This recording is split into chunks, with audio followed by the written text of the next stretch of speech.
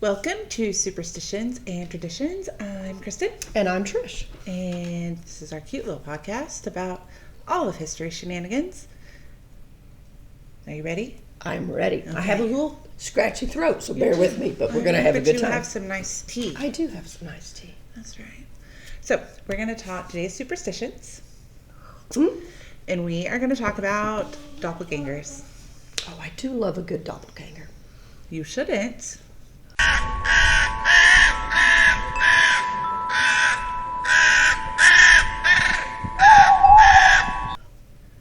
You got to. I mean, I know I know they can be a little scary, but now we have a modern twist on it. Where everybody tries to find their own, who their doppelganger would be. But we're not going to go there yet. That's the science side.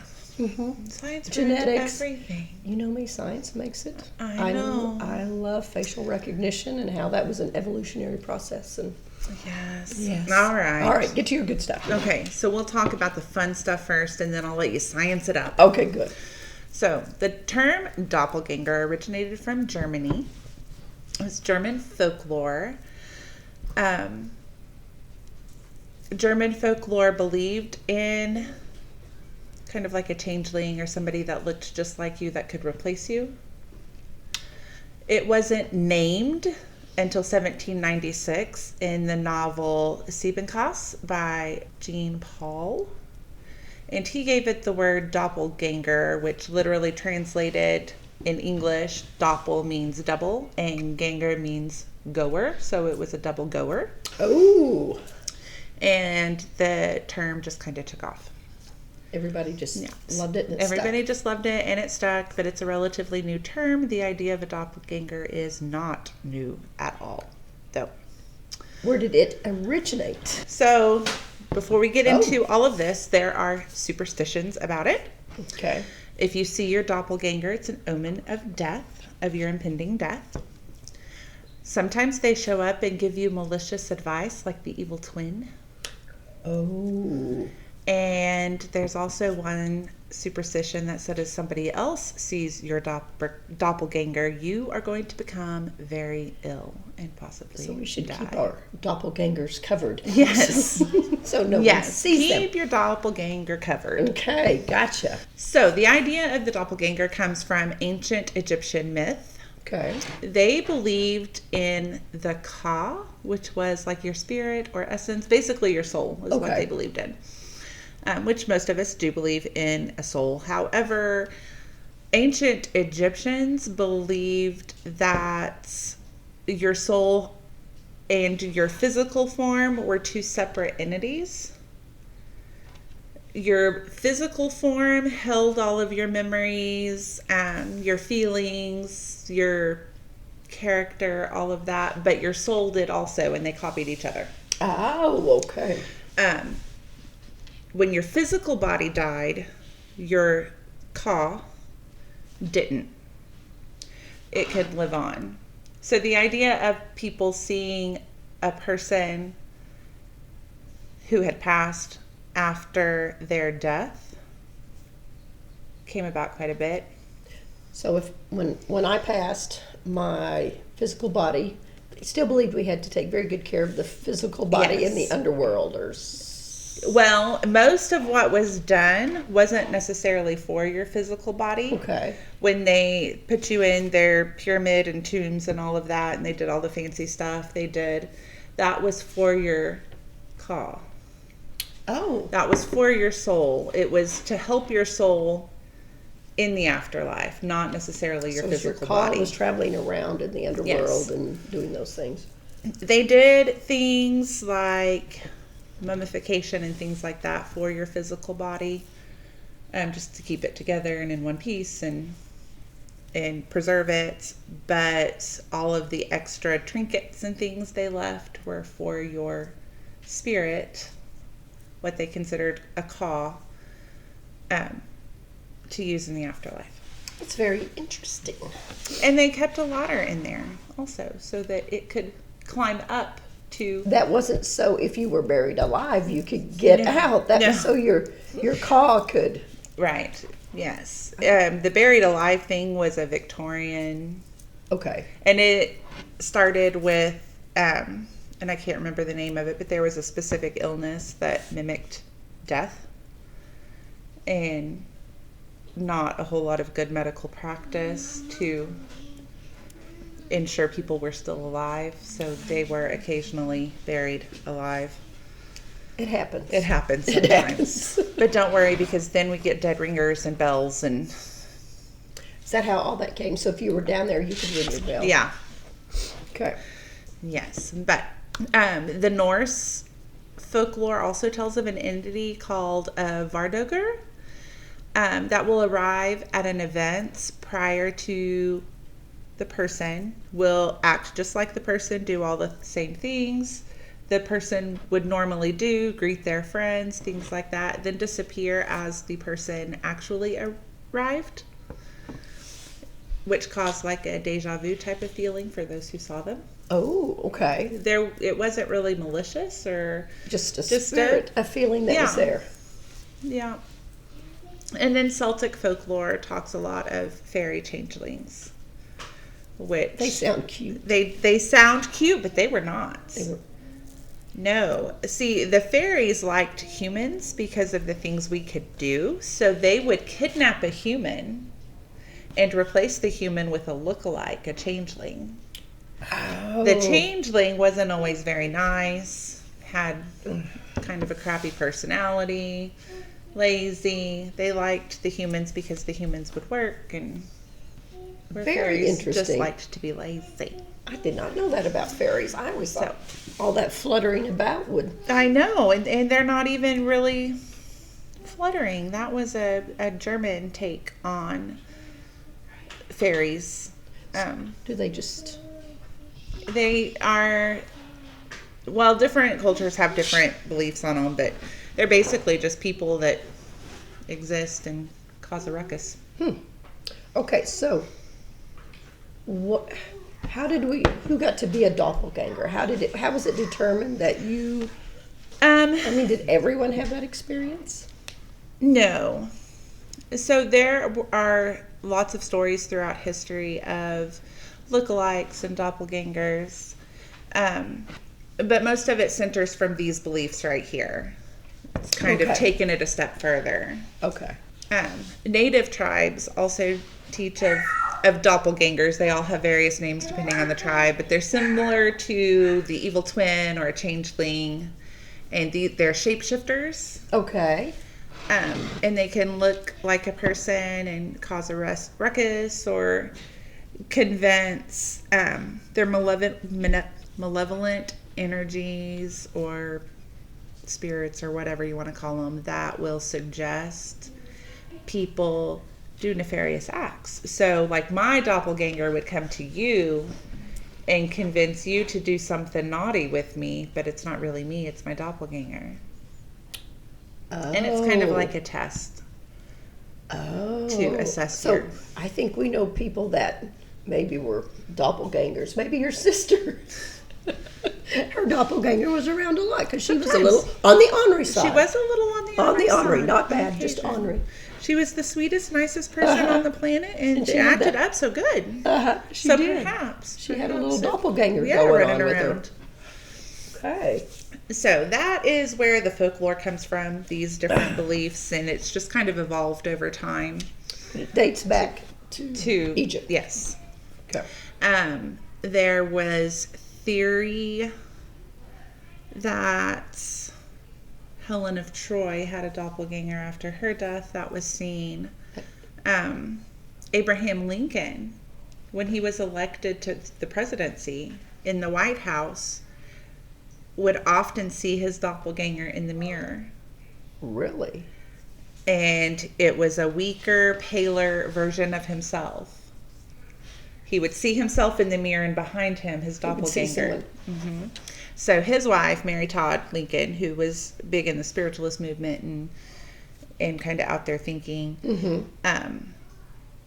believed it was an omen that he won't survive his presidency. I think she may have hit that nail on the head. She might have been right. So she had some feeling that that was going to happen. Yes. She also had a dream that he was murdered shortly before he was murdered. Oh, really? Yeah. And then had lots of seances and things in the White House. She was fun. It sounds like she was a lot of fun. And science ruined nothing for her. No, she just kept... The servants of Catherine the Great reported to her that they saw her doppelganger sitting on the throne while she was in bed asleep, and she instructed them to shoot the lookalike. When they shot at the lookalike, Catherine the Great died. Okay, so she was in bed asleep. They saw her doppelganger that looked just like her. They shot. Did they shoot it or just at it? They reported to her what they saw. So she's like, well, if it ever comes back, shoot at it. When you know I'm in bed, that person sitting on the throne ain't me. Right. So they shot at it. Nothing happened to it. But she died. Oh, that's interesting. Which is like folklore. You know, whether or not that really happened, it's still, out there. Yeah. It's out there. There was also a report of a teacher named Emily who taught in what is now Latvia. She had gotten this job. She taught for 1 year. Her students reported seeing her spirit double while she was teaching class. Sometimes she would be instructing the class, but there would be another her outside picking flowers, which was one of her favorite things to do. The specter appeared next to her several times and even wrote on the board. Sometimes she would be outside and the specter would be instructing the class.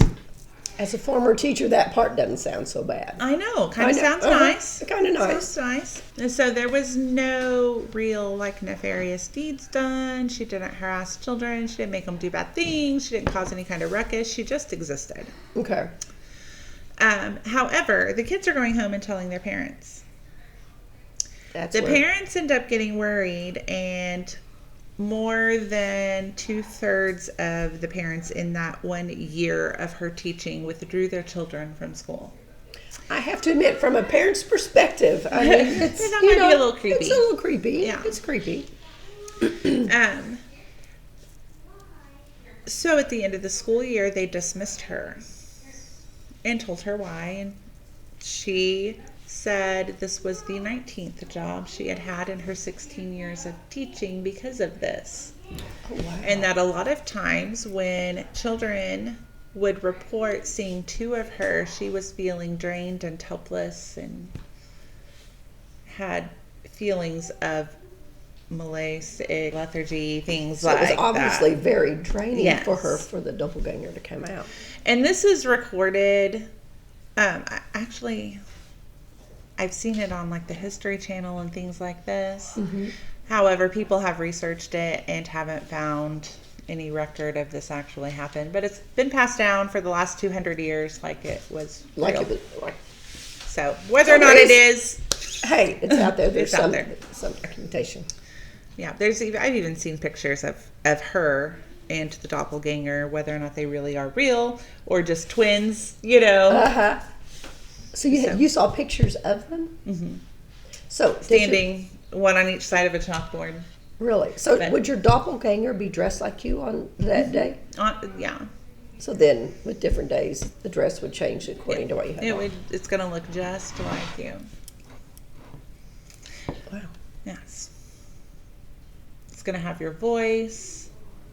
It's going to sound like you. It's going to look like you. It's going to act like you. And not all of them have that evil side to it. Not all of them. Right. Some of them are just there to... Just are there just because they are there. Yeah. I mean, yeah, we don't really worry so much about those. It's those nefarious doppelgangers. Ones that are trying to get you to do something malicious you really don't want to do. Yeah. They come in and try to...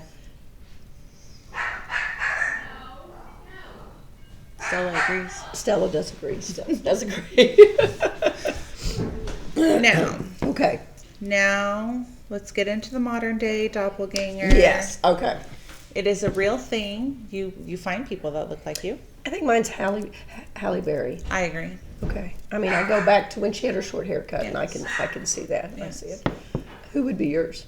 I have no idea, but I know I have one because people have told me. When I was in high school, people swore I worked at a local grocery store. Really?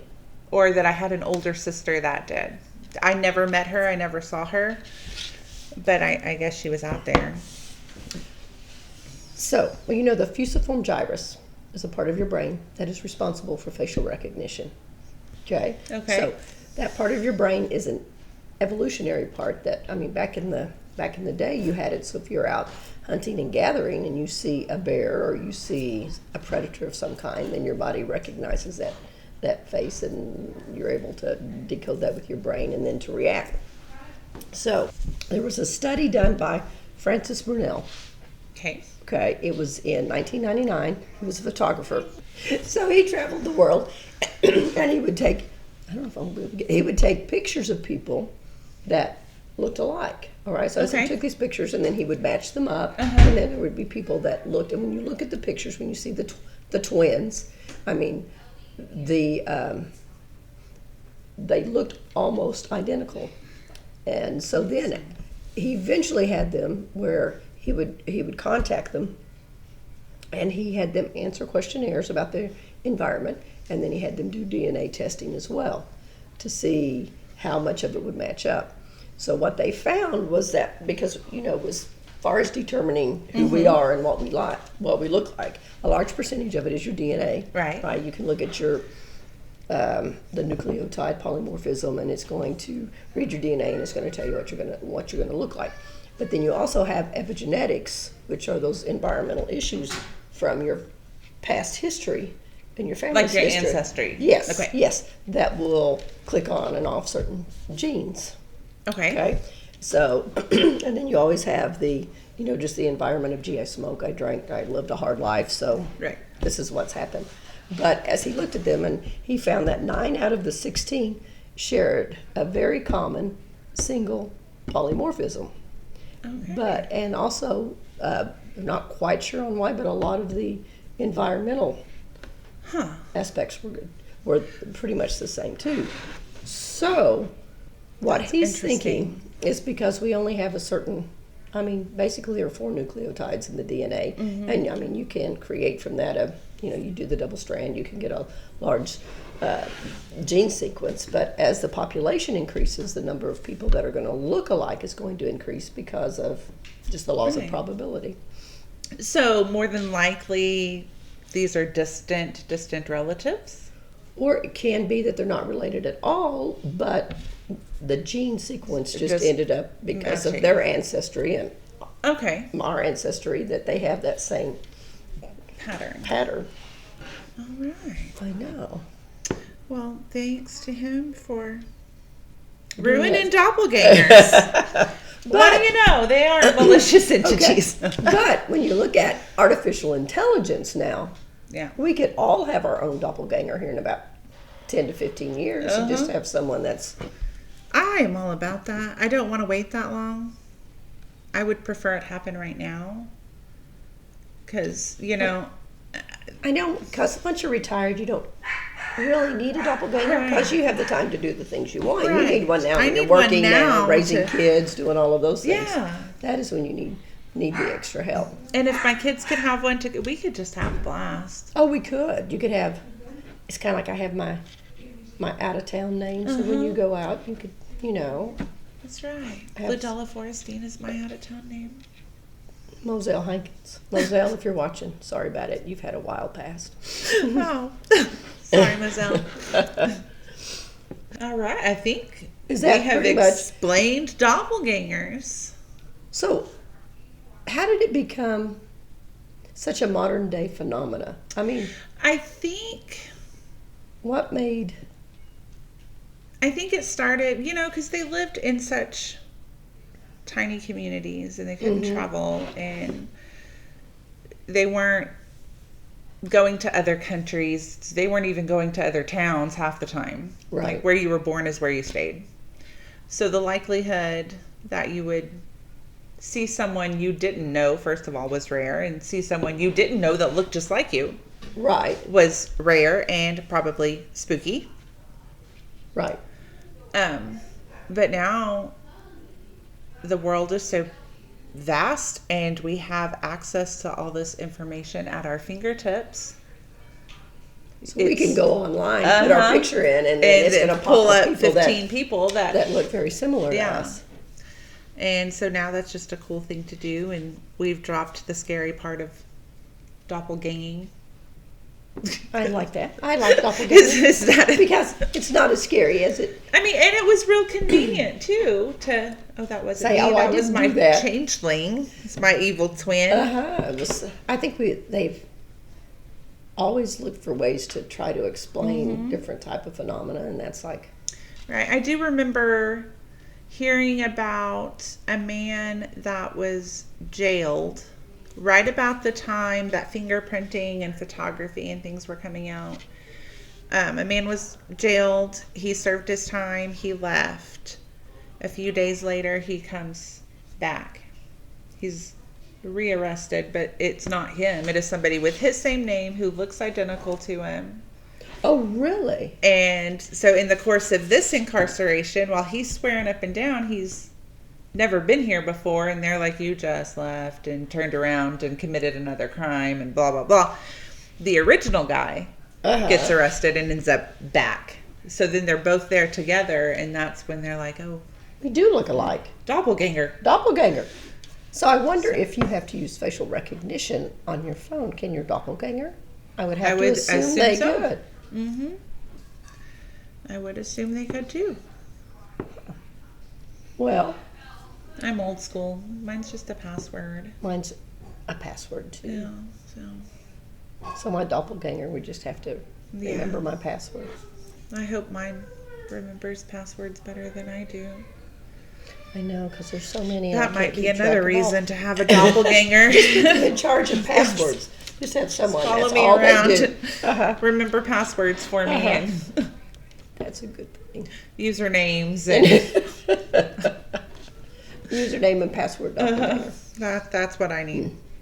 I agree. But yeah, it's started out as a scary thing, and now it's just something Something we all fun, cool. People want to talk about and find. And I think I'm going to get online and try to find mine. I thought we found yours. I thought Halle Berry. But Halle may think she's not mine. Oh. You want so I one better that's... find one that's more realistic. I think that's just in my mind. Oh. Do you really, like, are you going to invite them over, have dinner with them? Or you just want to know they're out there? Because if you just want to know they're out there, Halle Berry is perfect. Okay, all right. But what if you do find one, you find your doppelganger, and then it would be like having a twin? Only, I mean, with twins, obviously the DNA is, right, much more precise and accurate. But would it be the same as having a twin? I mean, as far as how you... But you would miss it, especially if, at this point in our lives we find ours, we're missing out on all of that identical twin fun where you go take this test for me and I'll take this test for you. That is true, but... Confusing people in high school and... We could change jobs for a day. That could be very interesting. It could be. I don't know that I would trust even other me with my job, though. That's true. And depending on what they do, I might not want that. What if they're like a preschool teacher or something? I'm going to cry. Oh, I would too. I'm going to call in that day. There's a special place. Yes. For all the preschool teachers and doppelgangers of the preschool teachers. Yes. Because, yes. I would call in sick. I don't want that. I don't want that. No. High school's easy. I don't really want that either. They have too many words. And you can understand them. So sometimes that's not good. Sometimes it's easier to talk to the kids you can't understand. That is true. You don't have to be offended. You can just smile and not. It's kind of what you do with high school kids sometimes. Okay. So you just kind of... Don't have to worry about what they're going to say. That's true. Oh. All right. Well, Anything else you want to add about No, doppelgangers? I think I'm we not got sure it. I could add anything if I wanted to, I but know. I Your know. voice is leaving us. I know it. All right. Well, thank you guys for watching.